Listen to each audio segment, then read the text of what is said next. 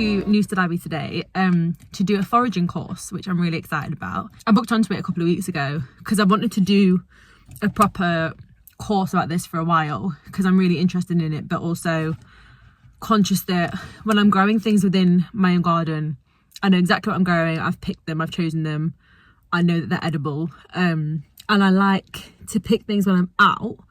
So, I mean, when it's berries or it's fruit, that's easy. Wild garlic, it's easy. But I started to think I need to learn how to identify things properly because I'm also super scared of poisoning myself. I just was Googling kind of courses locally, and this one was this week, so I thought fantastic. So yeah, I don't really know what it entails. I've not done a foraging course before. It's like 3 or 4 hours here. And yeah, I'm excited. Nooster Abbey is really lovely. I mean, it's a gorgeous park and it's massive, so I'm sure there'll be loads. But yeah, I didn't really know what to expect. So I've just arrived now. I'm really early because I'm early for everything. So yeah, I'm gonna go now and meet up with everyone. But I've come on my own, so I don't know again how many of us are coming. I know nothing. So I'm going in with an open mind. I've got a little notebook, I've got a little bag to collect things. So yeah, I'm excited. I will catch up with you afterwards and hopefully share all my new knowledge.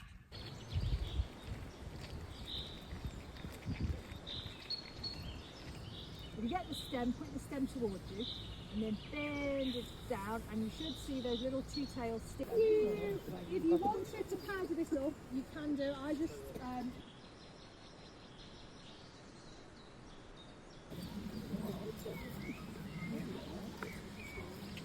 now mix readily hybridizes, so it will still. You can use those to make elderberry cookies. Right. And they'll sell it as fertilizer. This aren't edible or anything like that. What we're interested in is the flowers. It's kind of tan brown when it's in it. Now they has a little bump in the middle of it.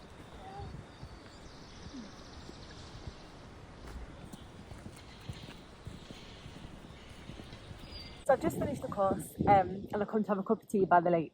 I'm freezing, but it was really interesting. It's fascinating actually. We started off with the basics of identification. We all kind of stood around a tree. There's 17 of us, and she said she's going to go through each one of us and we each have to point out an identifying factor about the tree. And at first that feels really easy, but then by the time I was right at the end of the circle, so by the time she got onto me I was like, oh god, because people have been saying things really specific things about the veins on the leaves and the kind of markings on the bark on the trunk, and I was there I literally have no idea. And at the end she was like, it's so interesting, none of you just said it has green leaves, the trunk is brown, the trunk is wide. She's saying, so with identification, start with the absolute obvious basics and then start to narrow it down to more specifics. So then we were talking about leaf shape, all different leaf shapes, I had no idea, there were so many kinds. And then we were talking about kind of health and safety, land laws. So with foraging, you have to bear in mind there's some areas you can't forage in, you can't just take things from people's land or take too much of things, or so yeah, we kind of did a big covering everything and then went into specifics. So we looked at a lime tree, which is also known as tilia or linden, and we ate some of the leaves off that, they were really nice. They just tasted like salad leaves. When they flower, they have these lovely yellow flowers, and chefs, they're sold wholesale, really expensive, so chefs of Michelin star restaurants will buy linden flowers. It's really interesting. We looked at common sorrel, which just grows in the ground, in the grass. That was really acidic, so tasting that, it tasted so vinegary and really strong compared to the lime leaves. So she was giving us kind of recipes and ideas the whole time. We looked at pig nut at the same place, which is, I have a bit here I think. It's in the carrot family, which you can tell by the leaves. And this kind of, you can eat the leaves and the flowers, but underneath, further down in the soil, there's a little hazelnut kind of shaped nut that's edible as well. And then we went down to the water and looked at watercress, water mint, and then we looked at a few mushrooms, St George's mushroom. I can't remember what it's called, but the mushrooms are really interesting. Those last ones we looked at grow in rings, fairy rings they're called, and the grass basically grows really long and healthy around the rings that the mushrooms grow, because the mushrooms kind of getting the nutrients from the grass, giving nutrients to the grass, and the grass goes really lush. So she was saying you can spot the mushrooms by the fairy rings in the grass, and she even looks at Google Maps where she can see big rings, because then she knows that that's where those mushrooms are growing and they're a delicacy. I can't remember what they were called. I've typed up so many notes on my phone. I've got like pages and pages of notes, so I need to go back and look through them after, because she said some really interesting stuff that I just typed down straight away, and now I've forgotten, so I'm glad that I wrote it all down. Lilac at the end, that was my favourite. That was the last thing we looked at, was lilac, because the smell of that's just lovely. So yeah, really interesting. But I'm gonna go get warm now because I'm freezing. I'm gonna go drink my cup of tea and yeah, read up on all my notes that I took, because yeah, just really, really interesting.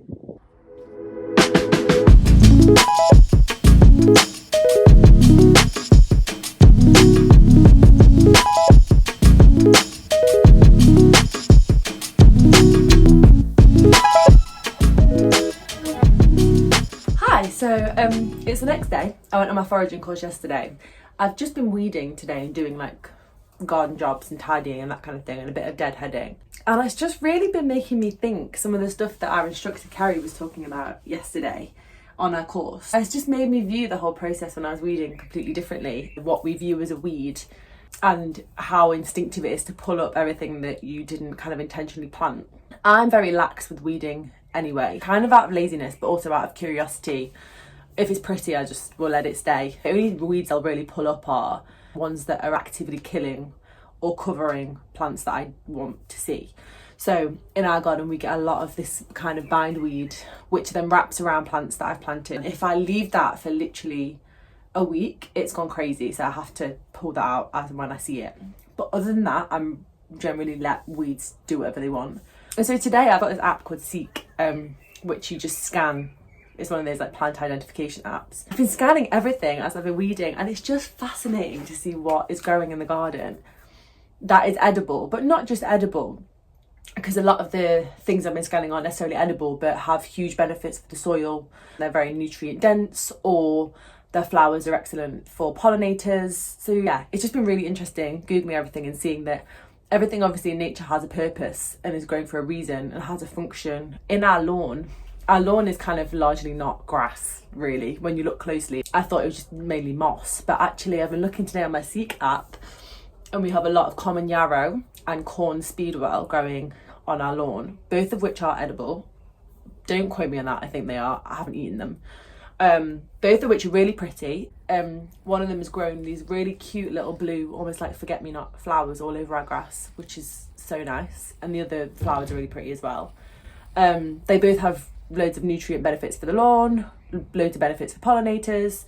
So it's just funny that, yeah, we were like, oh, we're gonna have to rake it all up and put grass seed down. It's kind of like, well, why? I've seen a lot of content recently about how actually it's more beneficial to have a lawn that isn't grass. I've seen clover lawns, I've seen herb lawns, I've seen all sorts. I found some mushrooms growing. I think previous to now, I would have been a bit grossed out by mushrooms growing, because I had this conception that if mushrooms are growing, it's like mouldy or damp, or it's a negative environment. But I don't know why I thought that. Like, obviously mushrooms growing, it doesn't indicate any kind of badness. Like, if anything, it's a positive thing. So I've been trying to identify the mushrooms and just letting them do their thing. So yeah, I think I found the course fascinating. I've been reading over my notes from yesterday because I wrote so many notes on my phone, and it's just made me think today, as I've been doing a bit of gardening, about how we're cultivating kind of our own ecosystems in our own garden, that we're responsible for what we put in it, but also we can let nature do its thing at the same time. And another thing I found really interesting that I meant to say yesterday, I've got loads of strawberries. Let me show you some of the strawberries I've got growing in here. So I've just picked this one. This one's really cute. We've got about 10 growing on that one. This is actually a really good one. So it's not my example that I was going to give. This isn't really a good example of. But what I was going to say is we've picked maybe about 20 strawberries now after I've picked this lot. And a lot of them have been quite like wonky, weird little dents in them, like weird growing in weird little shapes, quite small. The biggest we've had was a bit bigger than this. It's maybe this big, but it's still not supermarket big. And I was just a bit like, oh, maybe it's because the growing conditions aren't optimal, or I'm not giving them the right nutrients. I've not really been on it with the fertilizer, if I'm honest.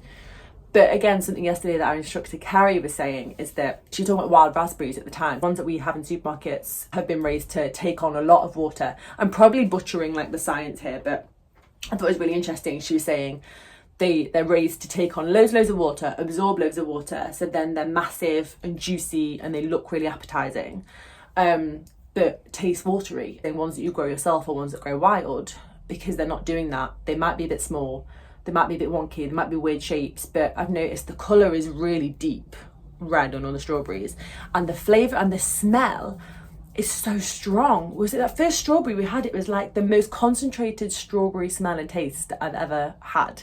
Like the taste is crazy. So even though they're small and imperfect, the taste is like times a million. So yeah, just thought that was really interesting. So don't judge a fruit by its wonkiness, I guess is what I'm saying. I'm gonna stop rambling now. Oh, I've spotted as well, excitingly, I've noticed, I don't know if you can see, I've got my first courgette flower coming, which means courgettes are on their way. But also there are loads of recipes you can do with courgette flowers that I didn't try last year, like frying them into fritters and that kind of thing. So I really want to give that a go. So hopefully we'll get flowers in all of them soon. But look at the size of these guys now. They are massive. Strawberries there. Oh yeah, I'll show you my strawberries as well. Look at all my little wonky strawberries. Do you see what I mean? They all grow like this. But like I said, they taste great, so don't judge them. Also, look at my tomatoes now. How amazing are they? I'm gobsmacked by how fast they're growing, and they smell amazing. Like as soon as you disturb the leaves or touch them, the smell that comes off them is like insane. So yeah, very excited about that. Also, I just wanted to show you, I bought this last week off Facebook Marketplace.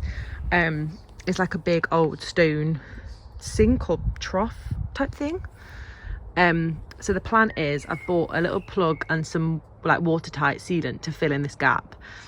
Then we're going to fill it with water, get some cute pond plants, get a little solar powered fountain so the water's not stagnant, and then we're going to pop it over here somewhere and plant up some grasses around it and like reeds and that kind of thing, to have like a little pond area. So then, because we saw some frogs in the garden last year, so hopefully we'll create a nice little habitat for frogs and dragonflies and birds and that kind of thing. So that is the plan with that. I'm going to finish up there because the sun's gone in and it's getting a bit chilly. But I hope you enjoyed it. I hope that you guys have all had lovely spring weather as well where you are, and I'll speak to you soon. Bye.